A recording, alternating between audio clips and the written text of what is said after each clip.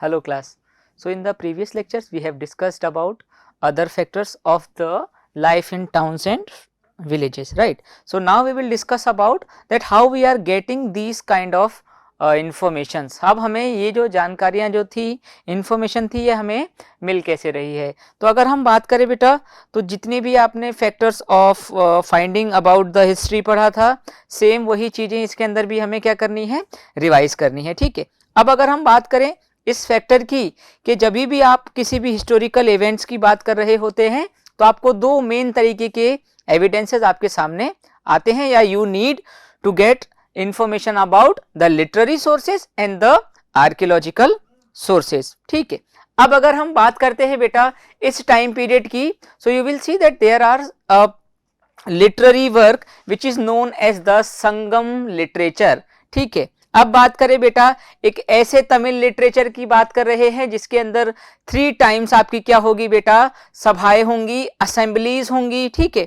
और इसके collective work को यानी कि जब ये सारी चीजों का इंफॉर्मेशन एक जगह मिक्सर होगा, एक जगह मिक्सअप होगा, तब आपको क्या देखने को मिलेगा, एक संगम. यानी कि इसीलिए हम देखेंगे बेटा कि यहाँ पर अराउंड 2000 प्लस पोइम्स का क्या रहेगा, कलेक्शन रहेगा. ठीक है. यहां पर अगर हम बात करें इस लिटरेचर की, so you will get the knowledge about only 2 assemblies, the last 2 assemblies. यानी कि जो फर्स्ट असेंबली हुई यहां पर उसका आपको ऐसा कोई खास सच एविडेंसेस आपको नहीं देखने को मिलते हैं.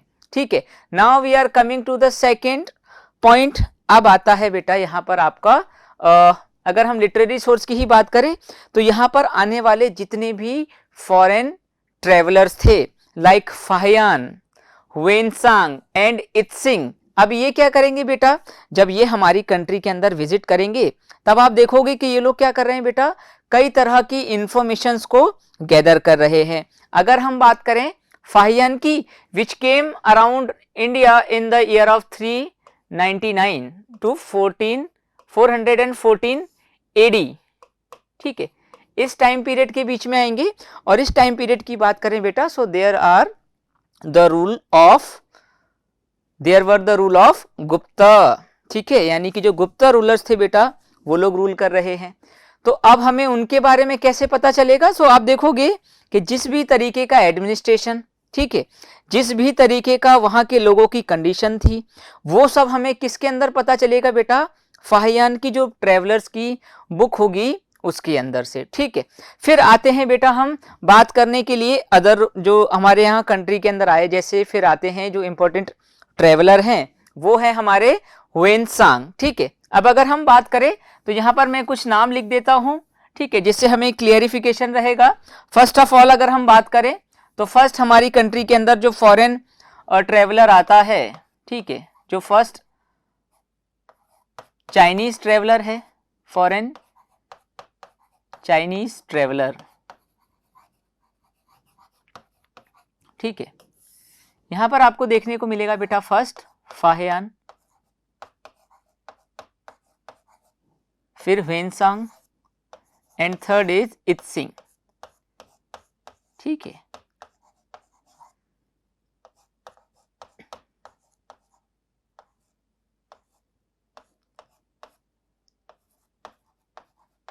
सांग. ठीक है. ये 3 ट्रेवलर्स रहेंगे और ये क्या करेंगे, जिस भी टाइम पर हमारी कंट्री के अंदर अपने आप को विजिट करेंगे तब आप देखोगे कि यहाँ पर कुछ ऐसे जो भी रूल ये देखेंगे, जो भी एडमिनिस्ट्रेशन देखेंगे, लोगों की कंडीशनों को देखेंगे, तब हम कह सकते हैं बेटा कि हमें पता चलता है किन के बारे में, यहाँ पर मिलने वाले जो टाउन्स थे उनके बारे में. ठीक है. इसी के अंदर हम बात करें थोड़ा सा एक आगे वाले टॉपिक को इसमें ही इंक्लूड करके देखते हैं बेटा कि यहाँ पर कुछ ऐसे टाउन्स थे जो अब न्यूली बिल्ट होने वाले थे, जैसे द टाउन ऑफ और the we can say similar to the cities. ठीक है. तो वो देखने को मिलेगा बेटा आपको मथुरा. ठीक है. राजगीर जो कि बेसिकली पहले भी कई बार हमारे, अगर हमने मगधन टाइम की बात करें, मगध एम्पायर की बात करें तो उसके अंदर आपको उसका काफी ज्यादा इन्फ्लुएंस देखने को मिला. ठीक है. फिर आता है आपके सामने अयोध्या. फिर अगर बात करें कौशाम्बी, अवंती, ठीक है। तो ये सारी किसके अंदर आ रही है बेटा, जो न्यू कॉन्सेप्ट निकल कर आया आपका सिटीज का, उनके अंदर, ठीक है। बेसिकली हम क्या करेंगे, अभी जब मथुरा की बात आएगी तो हम उसको दोबारा से स्टार्ट करेंगे, ठीक है। तो अब हम बात करते हैं बेटा आर्कियोलॉजिकल सोर्सेस की, ठीक है। अब अगर हम बात करें बेटा, so basically Kushanas were the first rulers who were considered to use the golden coins, ठीक है। हमारी जो बुक है उसके अकॉर्डिंग ऐसा माना जाता है बेटा कि जो कुशाना रूलर्स थे वो फर्स्ट रूलर थे जिन्होंने क्या करा, गोल्ड कॉइन्स को रन करना स्टार्ट किया, ठीक है।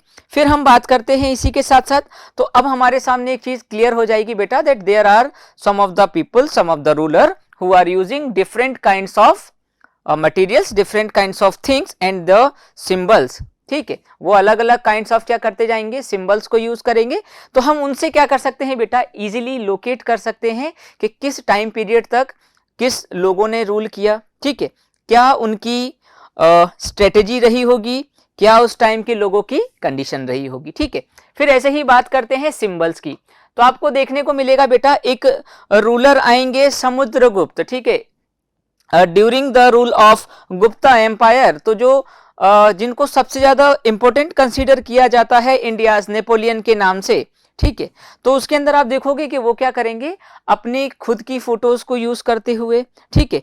जो लॉर्ड विष्णु हैं, अगर आप लोग माइथोलॉजी के बारे में थोड़ा बहुत जानते हो, हमारी पुरानी कहानियों के बारे में, ठीक है, तो उसके अंदर बताया गया है कि विष्णु जी जो थे बेटा, उनका जो व्हीकल था, यानी जिसके ऊपर वो बैठकर ट्रेवल करते हैं लॉर्ड विष्णु, ठीक है, तो उसको बोला जाता है बेटा गरुड़, ठीक है। तो हम बात करेंगे बेटा कि समुद्रगुप्त ने क्या करा, first of all gold coins run कर रहे थे, ठीक है, और उसके अंदर जो सिंबल यूज किया बेटा, वो किसका यूज किया, गरुड़ का, ठीक है।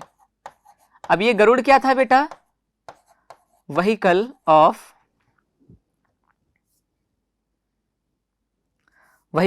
लॉर्ड विष्णु, ठीक है, व्हीकल ऑफ लॉर्ड विष्णु था। तो अब हमें इससे क्या पता चलेगा, that he will be the devotee of Lord Vishnu, यानी कि वो भगवान जो विष्णु रहेंगे बेटा, उनका क्या रहने वाला था, ये एक बहुत बड़ा डिवोटी, यानी कि एक बहुत बड़ा भक्त रहने वाला था, ठीक है। तो यहां पर हमें इसके बारे में पता चल गया, उसकी लाइफ के बारे में पता चल गया, ठीक है। फिर हम बात करेंगे बेटा कि जिस टाइप का मेटल यूज किया गया, तो मेटल क्या करेगा, मेटल आपको उस एरिया की, उस एम्पायर की या उस डायनेस्टी की क्या करेगा, आपको इकोनॉमिक कंडीशन के बारे में बताएगा कि भाई लोग किस तरीके से अर्न कर रहे हैं, ठीक है, लोग किस तरीके से क्या कर रहे हैं बेटा, आपके पैसे कमा रहे होंगे, ठीक है, उनकी इकोनॉमिकल कंडीशंस कैसी रहने वाली थी, ठीक है।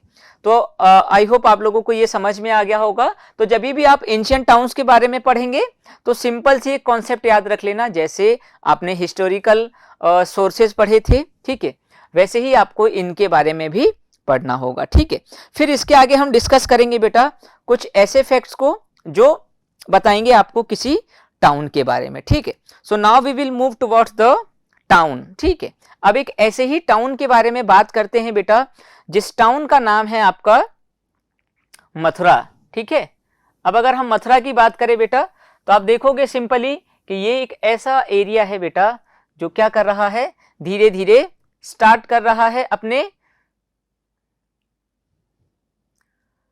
अपने नए रूल के साथ में, और लोग यहां पर क्या कर रहे होंगे बेटा, कहीं ना कहीं अगर हम बात करें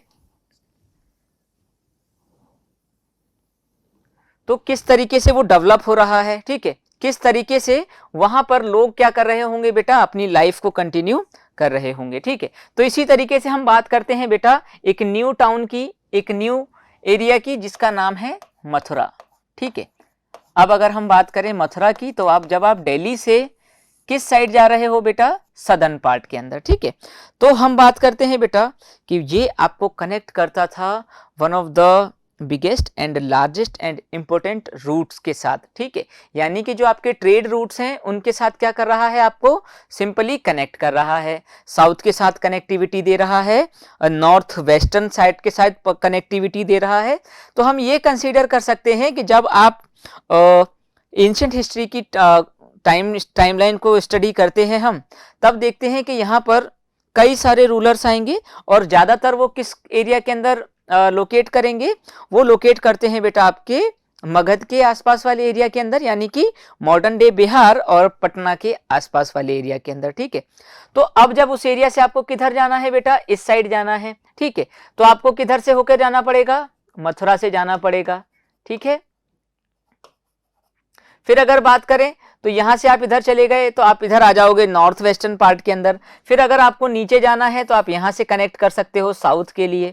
ठीक है, तो यहां पर आपके कुछ ऐसी फैक्ट्स बताए गए हैं जिसके अंदर आपका मथुरा जो है बेटा वो as a religious town, as a trading town ये डेवलप होगा। ठीक है, तो अब हम इन दो कॉन्सेप्ट को पढ़ लेते हैं बेटा, what is a religious town and what is a trading town. ठीक है, तो एक ऐसे टाउन बेटा, ठीक है, मथुरा एज अ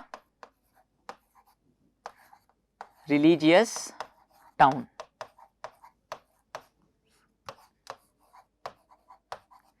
तो आप यहां पर देखोगे बेटा कि ये कई सारे ऐसे पिलग्रिमेजेस यानी कि ऐसे टेम्पल्स के लिए फेमस है, जैसे मथुरा के पास वृंदावन वाला एरिया है। ठीक है, लॉर्ड श्री कृष्ण का अगर हम बात करें तो इस एरिया के ऊपर काफ़ी ज़्यादा इन्फ्लुएंस रहता है। ठीक है, मॉडर्न डे के अंदर भी आज हम देखते हैं कि मथुरा जो है अपनी रिलीजियस एक्टिविटीज़ के लिए काफ़ी फेमस है। ठीक है, तो हम बात कर सकते हैं बेटा टेम्पल्स के लिए फेमस है।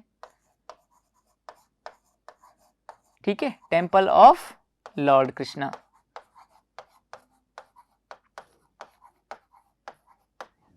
फिर अगर बात करें as a trading town,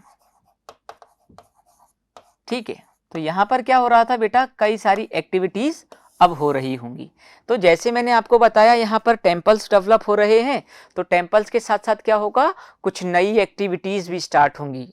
the art of making idols यानी कि मूर्ति बनाने की जो कला है वो भी डेवलप हो रही होगी। ठीक है, art of making temples, temple बनाने वाले लोगों की भी जरूरत होगी इस एरिया के अंदर। ठीक है, फिर अगर हम बात करें बेटा तो उसके साथ साथ उसकी सबऑर्डिनेट यानी कि उसको हेल्प करने वाली कुछ आपकी एक्टिविटीज जो हैं वो भी स्टार्ट हो रही होंगी।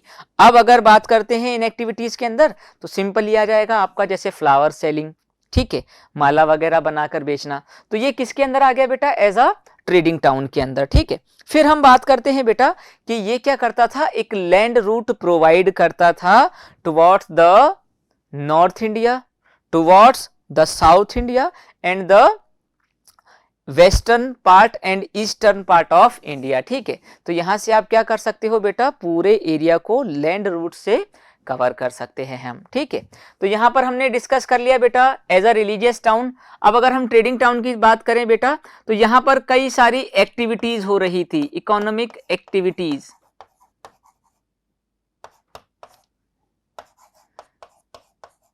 ठीक है, अब अगर इन इकोनॉमिक एक्टिविटीज की बात करें तो इसके अंदर आपको कई सारी चीजें देखने को मिल जाएंगी, जैसे टेक्सटाइल्स, ठीक है, कॉटन, ठीक है, एग्रीकल्चर, ठीक है, फिर यहां पर अगर हम बात करें connection with rest of the India, ठीक है, यानी कि जो आपका बाकी बचा हुआ जो इंडिया था उसके साथ ये क्या प्रोवाइड कर रहा था बेटा, आपको एक कनेक्शन प्रोवाइड कर रहा था। ठीक है,